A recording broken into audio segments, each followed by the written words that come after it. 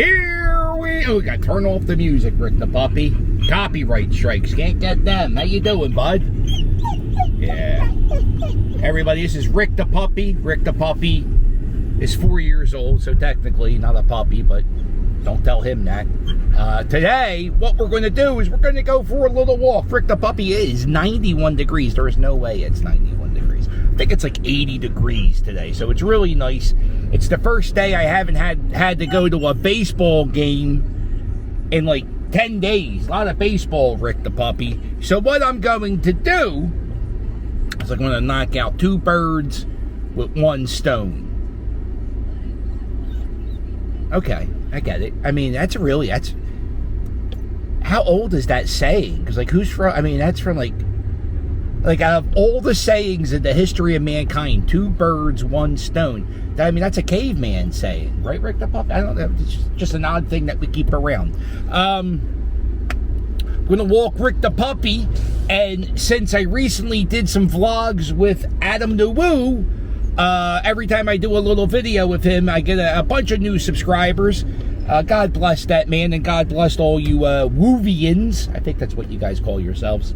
I am a Woovian, so it's fine. So I want to allow me to introduce myself. And what I'm going to do is I'm going to walk around in the neighborhood I grew up in, tell you some stories, talk about some events, and, you know, just allow me to introduce myself and Rick the puppy. Rick the puppy, do you know you have your own t-shirt now available? Rick the puppy t-shirt. Link in description of this video. All right, let's go, Rick the puppy. Well, let's see. This is Aramingo Avenue right here. This is we're in Port Richmond right now. This is the neighborhood I spent the majority of my childhood in. I was born in the neighborhood that way, called Kensington. I lived there for a little bit, and I think when I was a toddler, we moved to Somerton. Somerton's a neighborhood that way a bit. And now, and then we moved, me, my mom and dad, and my 4 brothers. We lived in Port Richmond for a while. And when I turned about 18, my parents moved to Northeast Philadelphia, which is all the way that way, about a half hour. I lived with my mom and dad in their house for about, I don't know, maybe a year at most. I couldn't sleep in Northeast Philadelphia. It's too quiet. And honestly, this is so true. The crickets would keep me up. And I live pretty close to this street and Interstate 95. And I kind of need the hum of the city to fall asleep. I also like to fall asleep to boring documentaries, usually about showbiz, or I like Watergate. Watergate's really a good topic to fall asleep to. This is the neighborhood I spent most of my childhood. Matter of fact, this is Chatham Street. I spent so much time on Chatham Street. I had friends. We would hang out. We would do roof climbing. That was one of our things we did as a kid. That's not even here no more. There was a little garage here. We would climb on roofs. It was just crazy because now I have a terrible fear of heights. But back in the day, I went bungee jumping when I was like 18. And I was a little scared. Matter of fact, I went bungee jumping twice. I can't imagine myself bungee jumping. Terrified of heights. If you're new, you might want to watch one of my bridge crossing videos. That's pretty much, I just film myself having panic attacks on bridges. Sometimes I have panic attacks. Sometimes I do okay. It depends. So this is Westmoreland Street, and I love this. This is something cool about Philadelphia. Oh, hello, friend. You can see history in the streets. Like you can see back in the day. Come here, Rick. There used to be a Belgian block. This is like a brick street, and then they asphalted over it. And I'll tell you, I'm actually going out of my way to. Let's not walk behind her. Right? She's on the phone. She's gonna have to deal with me talking to myself. There's a trolley track I want to check out. Like it's in the ground. So there was a trolley that went up and down Westmoreland Street. Matter of fact, there's a little line of it right there. Delaware River's not too far from here. And a lot of trains, there was a lot of trolleys and train tracks all through Port Richmond. This is the Hong Kong Deli, and it used to be called Harry's Luncheonette, and this is the spot of my first job. I started working when I was 12 years old. I've had over 60 jobs in my lifetime. When I worked for a place, here, look, here's the old trolley track. If I work for a place and I ever feel slighted, I quit. I can't work for them. Look at that, Rick. History before our eyes. What trolley line went down Westmoreland Street? Harry, I got paid $5 a day. I got paid $5 a day. I only worked 1 hour from 4 to 5. So that's $5 an hour. Ain't too bad back in, 19. Anyway, I worked there, and what my job was is I would empty the trash bags, and that's what he would do. He'd make me empty the trash bags, and then he would put it in a dumpster. I would dump the trash in the dumpster, and then he would make me save the bags, and then only on Fridays would we throw out the bags. So, he was saving a little bit of money.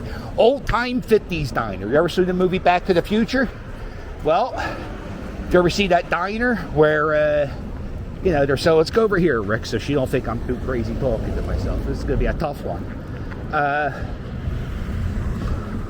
Well, kind of picture that diner from Back to the Future. Not the futuristic one where the Pepsi flies up, but the old one. Wood.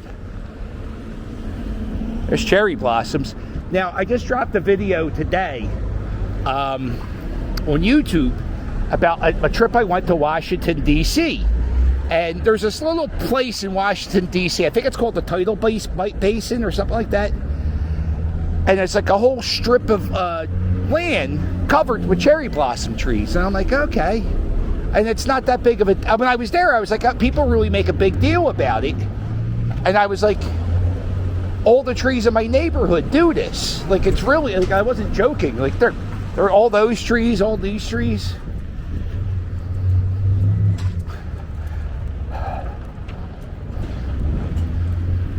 We saw the trolley tracks.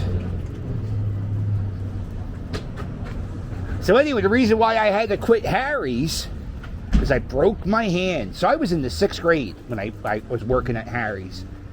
And, yeah, I had to quit. Because, although, did I have to quit? Seriously, I was just being a wimp. You just, all you got to do is, are we the only ones here, Rick the Puppy? Let's go. I could have mopped and swept with a broken hand. Well, anyway, I quit. He paid me. I might have worked there 2 weeks. This is it. This is the new and improved A&W Playground. It's also known as the Frank Lavin Playground. I'm on Westmoreland in Ammon, hence the name A&W. Playground completely got redone, and man, is this a nice playground.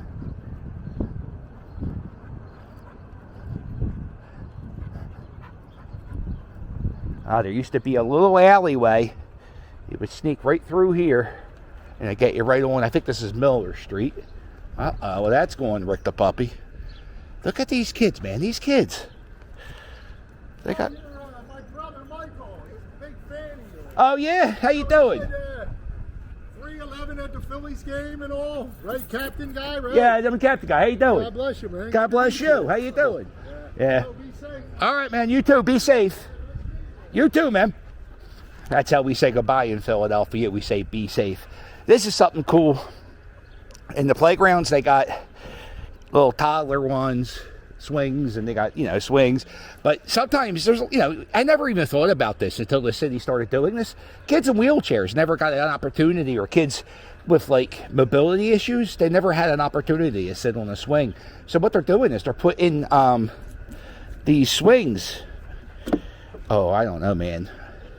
I can see them getting messed with, broken pretty easy. That's just all that is. Well, anyway, they got these swings and they're putting them in all the playgrounds. It's pretty cool. Oh, they got like a little seesaw. How exciting.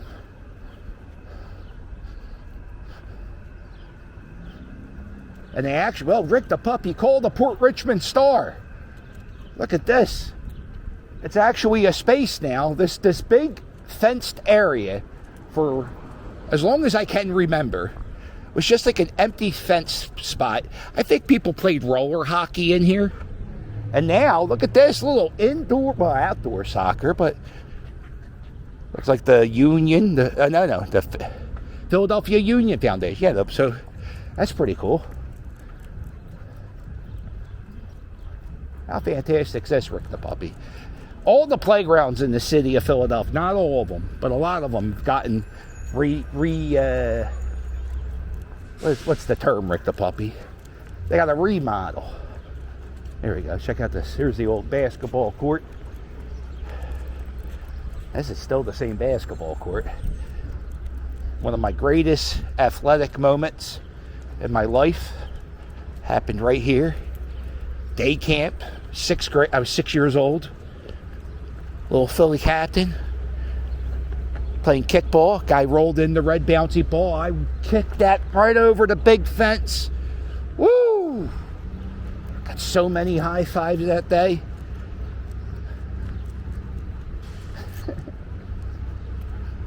I won a pie eating contest over here. How great is this? What a great day. Thinking of all the good memories we had here, Rick the puppy. Interesting little rec center, how that looks. Right, pretty cool. And they used to, forever, they had 2 big cement seals, which were water fountains, and they would spit out water. Now they got rid of the seals, and we have these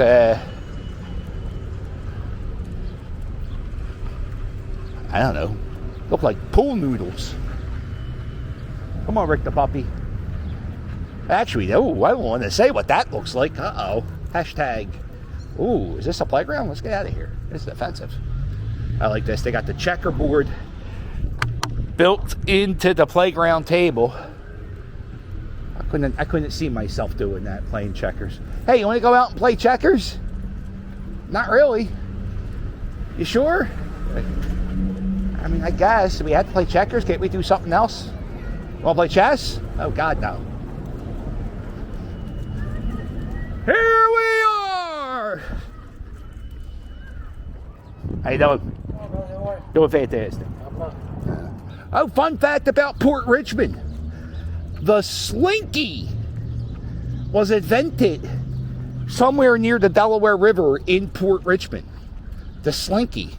And I saw a great episode of Drunk History. That's a Comedy Central show. And they tell like history stories, but the person who tells the story, they get them drunk. So, they talk funny. They made a drunk history about the guy who invented the Slinky. And then he actually became like some weird religious guy into some type of thing. And he just gave the company to his wife. And his wife kept the company afloat and like saved the Slinky. And it's a pretty interesting little thing. The Slinky was actually invented not as a child's toy, but it was supposed to be like a radio antenna for like the military. So how like they need those cables. They thought a Slinky would be compact. You keep it compact, and then if you need to extend it, you just pull it out. And that's what the original purpose of the Slinky was. Right up there in the Delaware River. That's where it happened. I was actually an altar boy in Nativity BVM. I was an altar boy from 2nd grade all the way up to 8th grade. And I think I might have even did a mass in high school when they needed, like if I would go to church and there wasn't altar boys who would show up, I would just fill in because I much rather be part of the show than watch the show. It makes the time go by faster. So anyway, this guy Pope John Paul, how you doing, cuz? He said mass in that church. He also said mass in another church in Fishtown. It's not even a Catholic church. It's some type of non-Catholic Catholic church. I don't understand it. I'm no longer a Catholic. I was Catholic up until about 15, 16.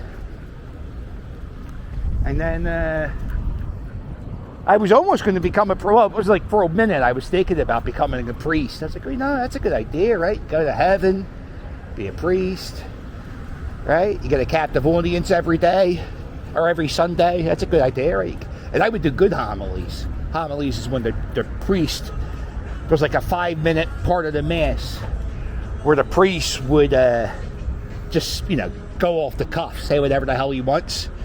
And my homilies would be good. Never, don't remember one homily ever in my life that made me feel moved, ever. Catholic Church is probably the most boring church out of all the churches. I went through a spiritual journey in my mid-30s where I was trying to find the proper religion. And I went to a bunch of different Christian churches. And then I realized, I'm not even a Christian. So I kind of got into Buddhism for a bit. And that's not even really a religion. That's more of a philosophy and a way of life. Check out this old building. Look at this door. Hold on, I'm going to walk right past this stainless steel door. This door, they don't make them like this. I think it's aluminum.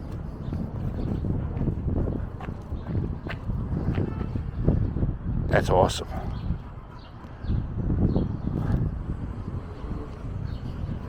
The hell was I talking about? Uh-oh. Oh well, that happens. So the reason I started making, somebody dumped their trash. Father Moriarty, we're talking about the priest. So I was thinking about becoming a priest. And then around 15, I decided I wanted to have sex with women.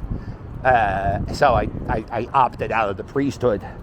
And then for a while, I was trying to be a punk rock star. I was the lead singer of the world-renowned Public Urination. And then that didn't really do anything. We played shows for about 20 years. For the last 10 years, we played maybe 3 shows, but that's over with. We're not that no more. So after the punk rock thing, I became a dad. I have 2 biological children, Rachel and Sam. I have 2 stepchildren, Owen and Jules. My children are mostly adults, except for Jules, who is in high school. And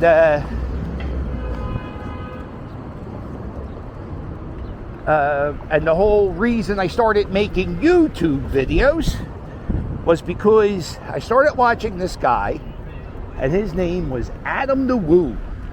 And Adam the Woo was this guy traveling around the country in like a van, just going to places. And I said, man, I would love to just go to places. And I said to Mrs. Captain, her real name's Cheryl, but I call her Mrs. Captain. I said to Mrs. Captain, I said, wait, what's this guy do for a living? And she says, oh, he's a YouTuber. He YouTubes. He goes around the country in his van showing people spots. And I said, that's what he does for a living? She said, yes. I said, that sounds awesome. How do you sign up for that job? And she said, you got to start making videos. And I said, well, I could probably start making videos. And at that time, I was working for a very fancy schmancy store in Center City, Philadelphia called Boyd's. Really top of all the athletes, all the Philadelphia celebrities shop there. And oh wow, we're at Mankiewicz Pool. All the celebrities would shop there. And I noticed things. Like when I started watching Adam the Woo videos, he would point out old signs, like faded into the wall. Or like a corner deli would have an old Pepsi sign from the 60s. And I was like, you know what? We don't appreciate those things that much. We don't appreciate the small little things. And he really made me appreciate the history of not of everything, but especially Philadelphia.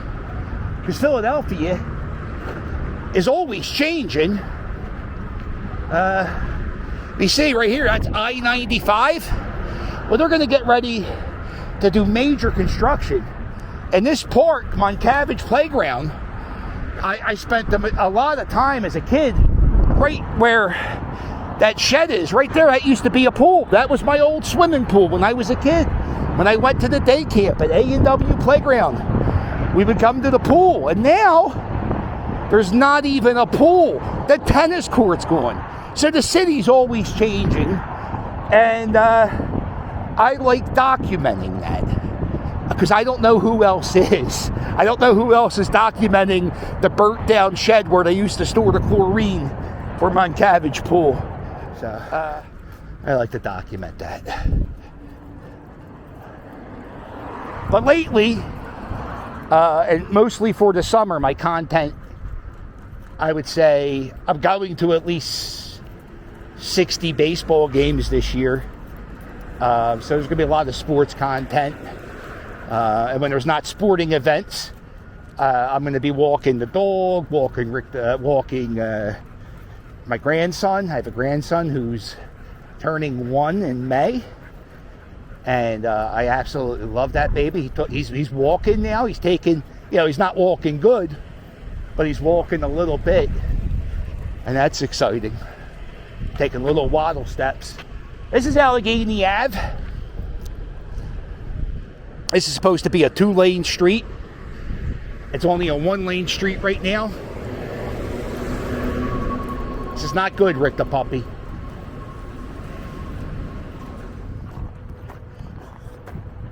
So I started making videos, and I didn't even know it until like 2 years of me doing it, that I was like paying my dues. It's like a wrestling term.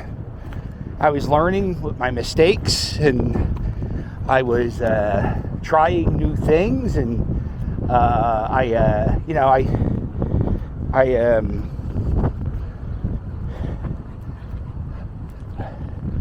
made a lot of new friends. It's been really a great experience doing this YouTube thing. And that's the most important thing I learned. I didn't go to college. I barely graduated high school. But the one thing I learned is if you ever make a mistake, and believe me, I make so many mistakes. If you ever make a mistake, don't beat yourself up too bad. Right? Because people go to school to learn from, whatever. But don't feel too bad. Learn from that mistake and just make your stuff better. That's something I really believe in. And if you want to start something, if you want to, not just a YouTube channel, if you want to, start being a chef, like you want to learn how to cook, but watch a YouTube video and learn how to cook something. Right? Just do it. Just do it. Because you only get to go around. Well, you get to go around the sun a few times. Like we don't live for a long period of time, so I try to do as much as I can of stuff that I want to do. And I don't know, whatever. But all of a sudden, Rick the puppy, I'm Tony Robbins. All right, well, listen. Well, make sure you hit like and subscribe, and I'll sail with you later. Toodles.